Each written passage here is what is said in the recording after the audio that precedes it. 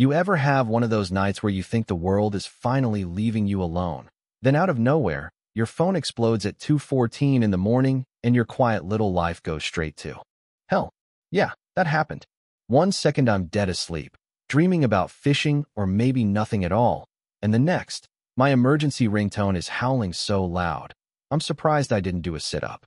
Straight out of my skin. Not ringing, exploding. That's how my night started, and honestly, I should have taken it as a sign. Let me back up a sec. My name's Tom. I'm a Marine, retired. Trying to mind my own business in a house by the lake that I paid for with more than just money. I paid for it in sweat, years, and a couple scars nobody sees. I bought that place to breathe, to heal. To own one thing nobody could ever take away. Or so I thought. Anyway, I'm fumbling around in the dark, smacking the lamp, cursing at nothing, and finally answering the phone with a hand that's already shaking. It's Mrs. Jenkins, my neighbor. The sweetest old woman you'd ever meet. But tonight, her voice is trembling. Honey, I think something's wrong. There's lights and cars and people going into your house. And I think I saw Karen with them. And just like that, I was wide awake, adrenaline kicking me out of bed like a drill sergeant. Karen, HOA president, the tyrant in yoga pants, and a fuchsia tracksuit who thinks a clipboard is a badge and the world is her subdivision. My house isn't even part of the damn HOA. But to Karen, that just means it's her unfinished project. Mrs. Jenkins tells me my cameras are offline. That's the part that gets me.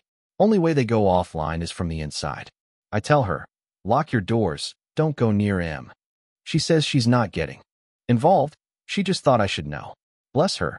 I hang up, throw on jeans, boots, a jacket, and for a second my hand hovers over my gun safe. Then I think, nah, last thing I need is to end up a headline. Instead, I grab my keys and text the old Marine group chat. Emergency. Lake house break-in. Gas station, Route 7. Jack and Mario. The kind of friends you want when life goes sideways. Built like kitchen appliances and loyal as hell. They're already there when I pull up, sipping gas station coffee like it's battle juice. Mario's first words? Who we killing? No killing, I say. Just taking out the trash. We roll up slow, and as we hit that last hill, my house comes into view, lit up like Mardi Gras on a cruise ship. Cars everywhere, blocking the ramp, music shaking the glass, people literally dancing on the deck. Somebody's grilling on my patio. I feel my jaw clench so hard it might crack. Wow, Mario whistles. They didn't just break in, they moved in. He's not wrong. There's that cold, focused feeling, you know? Not anger. Not yet, just clarity. We step out. 3 military-looking guys moving with purpose. Drunks start drifting aside. Some woman in a designer dress tries to be cute, asks if we're the strippers Karen hired. Jack flashes his best grin. Ma'am, if we start taking clothes off, someone's getting arrested. We push.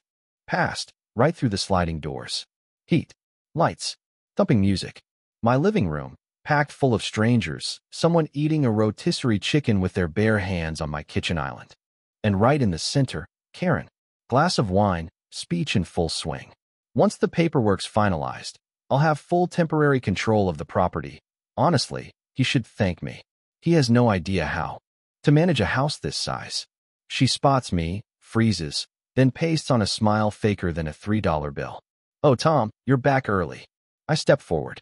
Turn the music off. Party's over. She doesn't flinch. Relax. I have a document. You gave me permission to host community events. She flashes a folded piece of paper. My supposed signature. I never signed that. She just shrugs. Well, you obviously forgot. Jack leans in, mutters. She's about to forget her teeth. Before I can reply, some frat boy steps in. Karen said this was an exclusive rental, bro. Even gave us the Wi-Fi. I ask, how much you pay her? $200, cash. Karen's face twitches. Now the anger hits me. Cold, clean, dangerous. You broke in. Disabled my security. Sold access to my house. Karen juts her chin. You can't prove anything. And that's when I realize she really thinks she's invincible. The house smells like beer, perfume, and something burning. I see some idiot trying to light a hookah under the smoke detector. Instead of yelling, I just unplug the sound system. Silence hits like a gunshot. The crowd stares, lost. Karen storms over, heels snapping. Tom, you can't just... I hold up a hand. Everyone out. The drunkest girl yells. He can't tell us to leave. Karen said it's a community-owned venue. That's a new level of crazy. Some drunk guy, beer in hand, gets in my face. Don't get aggressive. I smile, that sharp marine smile. If I get aggressive, you'll know. Jack's laughing behind me, which does not help. Then a voice cuts through. Excuse me, who exactly are you?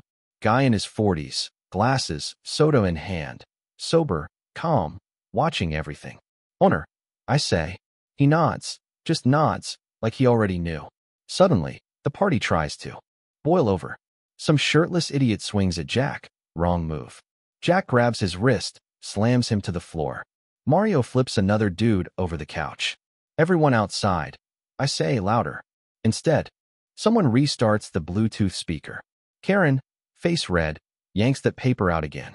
This is a signed authorization. Not for this house, lady. We're not even in your HOA. She thrusts the paper at me. Comic Sans signature, notary stamp from the grave. This is fake. Prove it, she hisses. And then that quiet man from earlier steps forward, flashes a badge. Police. Officer James Blunt. I'm here on another investigation, but I just witnessed suspected forgery, property damage, and possible fraud. Karen's mouth falls open like a fish. You're a cop. Undercover, he says. And very interested in how you got that signature. Right then, chaos out back. Sirens, red and blue, floodlights. The party erupts. People running for the doors. One guy jumps in the lake. Officer Blunt leans in, voice low. Don't leave. Let me handle this. He slides his badge full in view. And for what it's worth, hell of a house. Sorry about the frat crowd. Karen's begging, shrieking, telling everyone it's all a misunderstanding. The cops sweep in, and for a second, I just stand there in the wreckage of my own home, angry, exhausted, but finally not alone.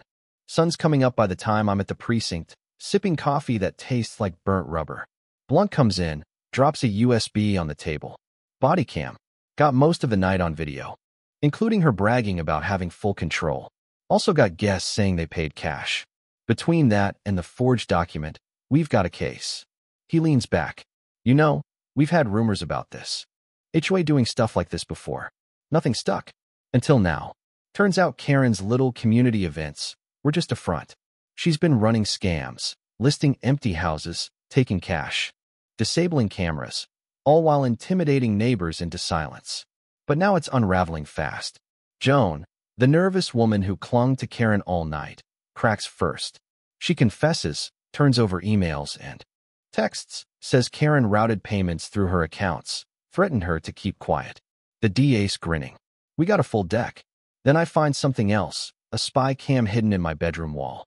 More in the vents, hardwired to a cloud server registered under KJ Asset and DMT. The security guy looks at me like, you got enemies. No kidding. Rachel, my lawyer, is ex-JAG, smart, sharp, and about as impressed with Karen's fake documents as I am. Notary's been dead a year. Font's Comic Sans. She might as well have signed it Mickey Mouse. We package it up, emails, payments. Hidden cams, send it all to the DA. Karen fires back the only way she knows how. Petty threats. Cease and desist letters. Social media smear campaigns. Telling everyone I'm dangerous, unhinged. PTSD, ticking time bomb. She even files a restraining order. Officers show up at my door, Blunt among them. It's desperation, he tells me. She's trying to stall. Then she tries to send some party. Guy to break in again at 3 a.m. Caught him on the new cameras, chased him off with a bat. Amateur hour.